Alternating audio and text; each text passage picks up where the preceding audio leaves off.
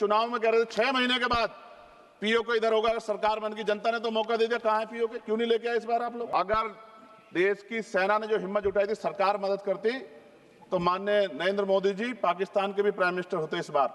और finance minister बैठी है हमारी, ये पाकिस्तान की फाइनेंस मिनिस्टर होती। इस तरह के हालात बने हुए थे और ऐसा मौका चूकना ही नहीं चाहिए था। ले लेते, इससे अच्छा मौका किसे कैसे मिलता? पूरा देश एकजुट था। Authenticate whatever you said because otherwise that should be taken off the record. माननीय सदस्य श्री चंद्रशेखर जी। मैडम, धन्यवाद सभापति महोदया। आओ झुककर सलाम करें उनको जिनके हिस्से में मकाम आता है। बहुत खुशनसीब होते हैं वो लोग जिनका लहू देश के काम आता है।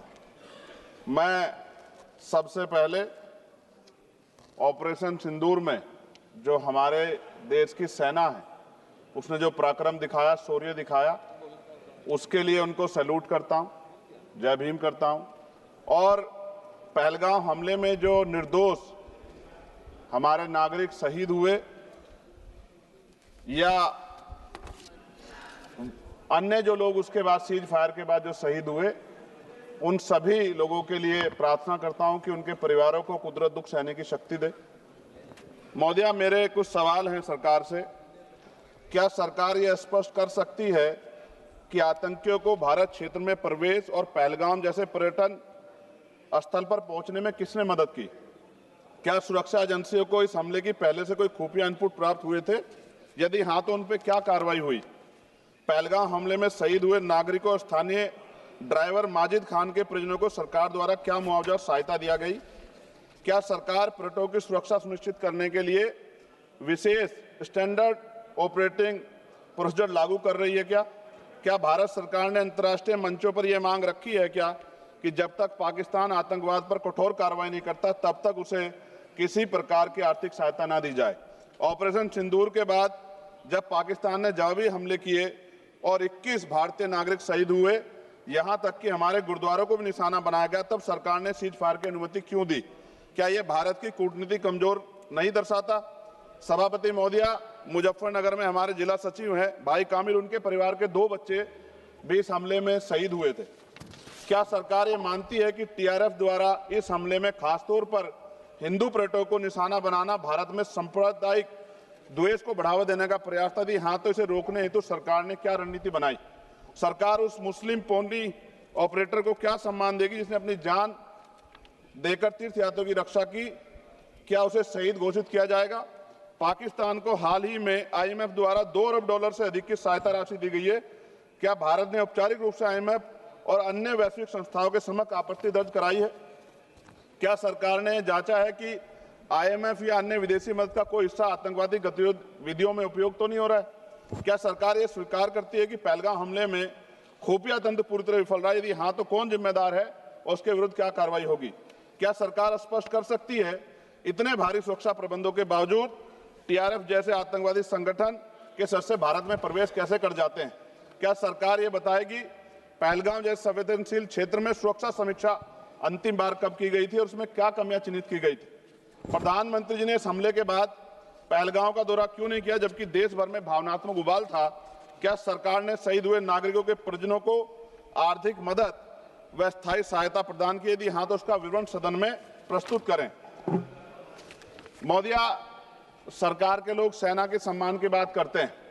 इस घटना के बाद सेना के जवान अमरनाथ यात्रा की ड्यूटी पर जा रहे थे, ऐसी रेल दी गई उनको जिसकी हालत बड़ी खराब थी। सेना के जवानों ने मना कर दिया कि हम इस रेल में नहीं बैठेंगे। 4 दिन बाद बदलनी पड़ी।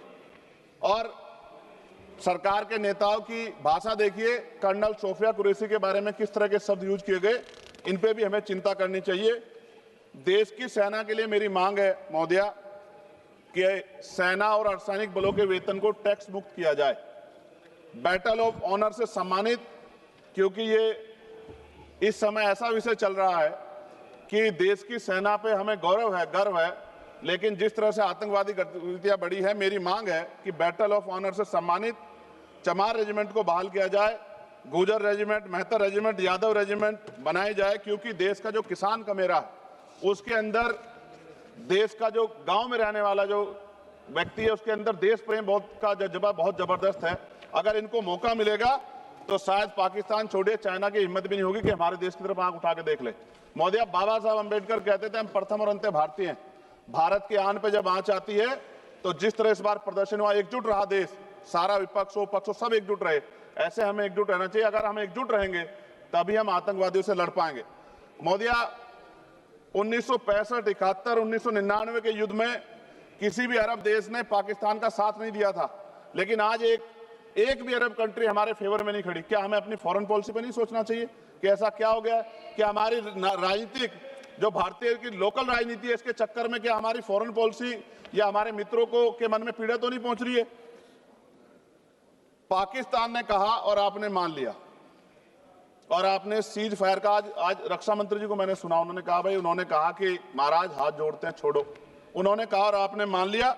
लेकिन फिर उसके बाद 10 तारीख को दोबारा से जो है ड्रोन उड़े और 15 लोग शहीद हुए, 43 लोग घायल हुए।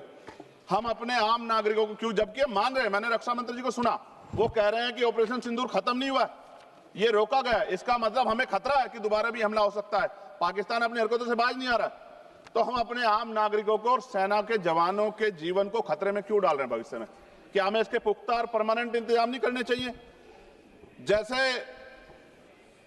अगर सरकार को, मैंने कई बार सुना सरकार के लोग अखंड भारत की बात करते हैं, इससे अच्छा मौका आपको काम मिलता?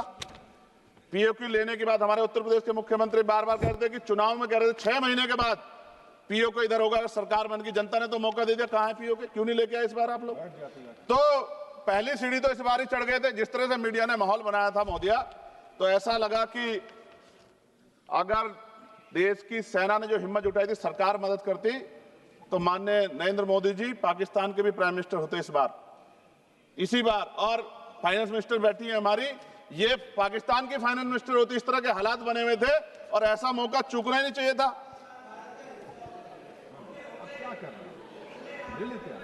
ले लेते, इससे अच्छा मौका कैसे मिलता?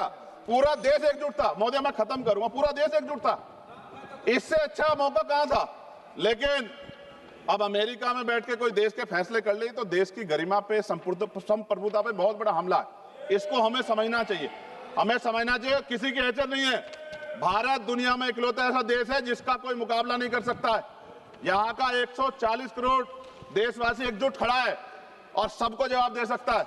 मोदी, आज खत्म करते हुए कहूंगा, अमरनाथ की यात्रा आ रही है अगस्त के फर्स्ट वीक में, चल भी रही है, नहीं चल रही। अनुराग भाई, आपको बोलने का मौका नहीं दिया, आप ये नाराजगी मेरे ऊपर मत उतारो। आप लड़ो ना उनसे, आप लड़ो चेयर से, मुझे काहे को करना। खत्म हो रही है अमरनाथ की यात्रा, खत्म होने वाले, सुरक्षा के पुख्ता इंतजाम होने चाहिए और दोबारा ऐसी कोई घटना ना हो। लेकिन अंत में महोदय मैं कहूंगा, आम लोगों की जान भी गई, क्या सरकार ने उन परिवारों को मुआवजा दिया है?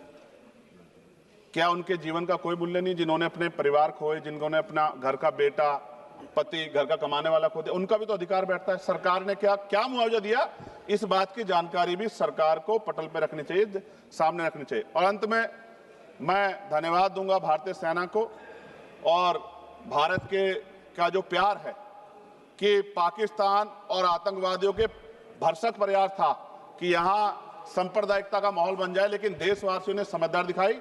और कश्मीरियों को भी मैं बहुत धन्यवाद देता हूं कि उन्होंने कोशिश की कि किसी भी तरह से कश्मीर के ऊपर जो ये इतना बड़ा इल्जाम लगा है, ये इल्जाम में कश्मीरी शामिल ना हो और ऐसे आतंकवादियों पर सख्त कार्रवाई। पता लगा है कि महादेव, ऑपरेशन महादेव हुआ है और यही पता लगा कि वो तीनों आतंकवादी मारे गए हैं। लेकिन मैंने अखबार में ये भी पढ़ा था कि वो जो मुख्य आरोपी था कुछ दिन पहले पाकिस्तान में था। कोई पिकनिक चल रही है कि उधर भी चले जाते, इधर भी आ जाते? क्या है बॉर्डर पे ऐसा?